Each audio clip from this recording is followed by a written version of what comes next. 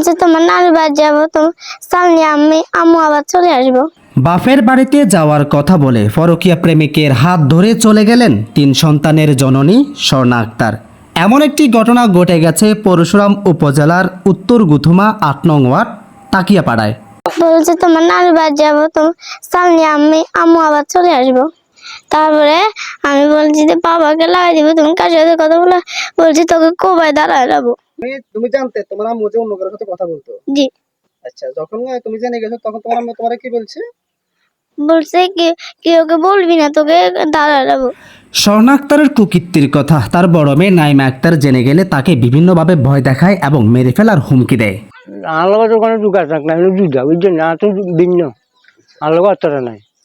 কিয়া করে না করে ঘরে কোনো কজিয়া নাই, কারাঙ্গাল নাই, কিছু নাই, বালা কিছু যাইতে হোসান যাই আইয়ে যায়।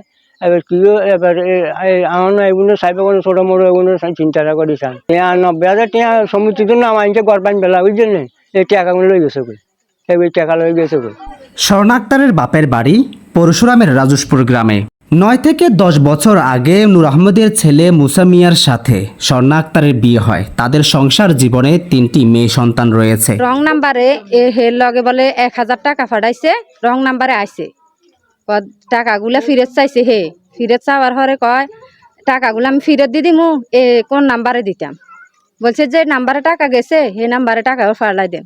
হে বলছে বলে আপনি এখন সৎ, এরকম সৎ মহিলা নাই, আপনি সৎ দেখতেছি। তারপর কি কি কথা হয়েছে সেটা আমি জানি না। হে আমার লগে ঝগড়া করি, মানে হের লগে ভিডিও কলে কথা বলে।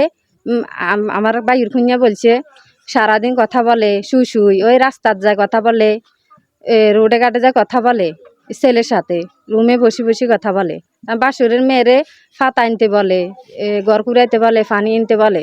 হে কাজ করে না, সারাদিন সকালে ভাত দুয়ার আনলে পানি ভাত খাওয়ায় মেয়েদেরকে। তখন মেয়ে বলছে তুই কার লগে কথা ক, হিতির আব্বুরে কই দিমু।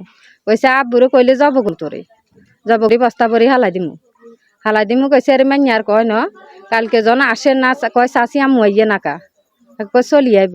আইবের হরে জন আইয়েন না তখন যাই মাইয়ার আন্ডার কাছে কয় দে আম্মু এনে কইছে আম্মু যাইবার আগা দিয়ে আন্ডার আঞ্জা করে ধরছে, ধরি ছবি তুলি কইছে আম্মু যাইয়ে রাইতে তোর গোলা চাইল আনমু, গরু গোস্ত আনমু, আনিবা আম্মু ভাত রান্ধি তোর করে খাবামু। রং নাম্বার থেকে স্বর্ণা আক্তারের বিকাশ অ্যাকাউন্টে 1000 টাকা চলে আসলে অপর প্রান্তের ওই ব্যক্তি টাকা ফেরত পাওয়ার জন্য স্বর্ণা আক্তারের নাম্বারে কল দেয়। আর তখন থেকেই শুরু হয় কথোপকথন। আর সেই কথোপকথন একটা পর্যায়ে গড়িয়ে পড়ে পরকীয়া প্রেমে। আপনারা সবাই সামাজিক যোগাযোগ মাধ্যমে জানতে পেরেছেন একজন গৃহবধূ 3 সন্তানের জননী স্বর্ণা আক্তার একজন ফেরিওয়ালার সাথে উদাও। আমি এখন সেই বাড়িতে আছি যে বাড়িতে স্বর্ণা আক্তার দীর্ঘ 9 থেকে 10 বছর কাটিয়েছেন, যার কিনা 3টা মেয়ে সন্তান রয়েছে। তিনটা সন্তান রেখে অন্য পুরুষের হাত ধরে চলে যেতে পারে, তাকে কি কখনো আপনারা মা বলতে পারেন? আর যদি মা হয়ে থাকে, মা কি কখনো সন্তানদেরকে ফেলে অন্য পুরুষের হাত ধরে চলে যেতে পারে? অবশ্যই না। রং নাম্বারে বা ভুলে তার মোবাইলে 1000 টাকা বিকাশে চলে আসে। সেই টাকা ফেরত পাওয়ার জন্য ওই প্রান্ত থেকে ওই ব্যক্তি স্বর্ণা আক্তারকে তার মোবাইলের মধ্যে কল করার পর সেই টাকা সম্পর্কে কথা বলতে বলতে একটা সময় তাদের সাথে কথা আলাপ আলোচনা, একটা পর্যায়ে ভালো লাগা, তারপর ভালোবাসা এমন একটি পর্যায়ে চলে যায় সন্তানদের কাছ থেকে তার মায়া ধীরে ধীরে উঠতে থাকে। একটা পর্যায়ে সেই মায়া একেবারে চলে যায়। যদি না চলে যেত তাহলে কিন্তু এই নিষ্পাপ শিশুগুলোকে রেখে সেই মা কখনোই এই বাড়ি থেকে চলে যেতে পারতো না। যখনই ওই পরকীয়ার কথা তার বড় মেয়ে জানতে পেরে গেছে, তখনই তার বড় মেয়েকে হুমকি দিয়েছিল, এভাবে ভয় দেখিয়ে মেয়েটার মুখটাকে বন্ধ করে রাখে। গতকালকে সে বাড়ি থেকে বের হয়ে যাওয়ার সময় মেয়েদের সাথে ছবি তোলে এবং কি মেয়েদেরকে আদর করে বা বিভিন্ন কথাবার্তা বলে বাজারে গিয়ে তাদের জন্য গোস্ত আনবে, ভালো কিছু ফল ফ্রুট আনবে কথা বলে মেয়েদেরকে আশ্বাস দিয়ে সে ঘর থেকে বেরিয়ে যায়। পরবর্তীতে তার বড় মেয়ের সাথে কথা বলে সে আর আসবে না। এখন আপনাদেরকে আরেকটি কথা বলি, পিছনে একটি ঘর দেখতে পাচ্ছেন, মাটির ঘর।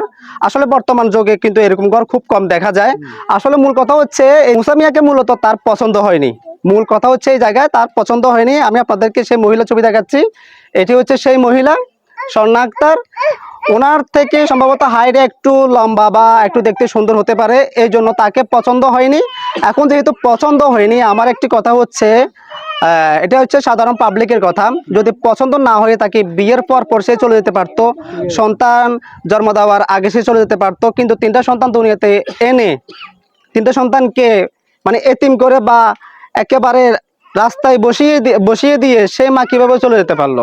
আসলে আমি আপনাদেরকে সর্বশেষ একটা কথা বলতে চাই, পরকীয়া এমন একটি জিনিস যেটার সাথে আপনি যদি সম্পৃক্ত হয়ে যান, আপনার সোনার সংসার মুহূর্তের মধ্যেই কয়লা হয়ে যাবে। আপনার মাকে, বাবাকে, স্বামীকে, শ্বশুরকে আপনার কাছে কিন্তু তখন কিচ্ছু ভালো লাগবে না। তো আপনাদেরকে শুধু একটা কথা বলতে চাই, এই ধরনের এই কোয়ালিটির অনেক নারী কিন্তু আমাদের চারপাশে অনেকেই আছে। অন্ততপক্ষে আপনি আপনার সন্তানদের মুখের দিকে তাকাবেন, আপনি এই জগতে হয়তো আপনি সুখে শান্তিতে থাকতে পারবেন। আরেকটি কথা হচ্ছে, আপনি কোন সুখের আশায় চলে গেছেন, আপনি কি সেই সুখে থাকতে পারবেন? আদৌ কি আপনি সেই সুখ পাবেন?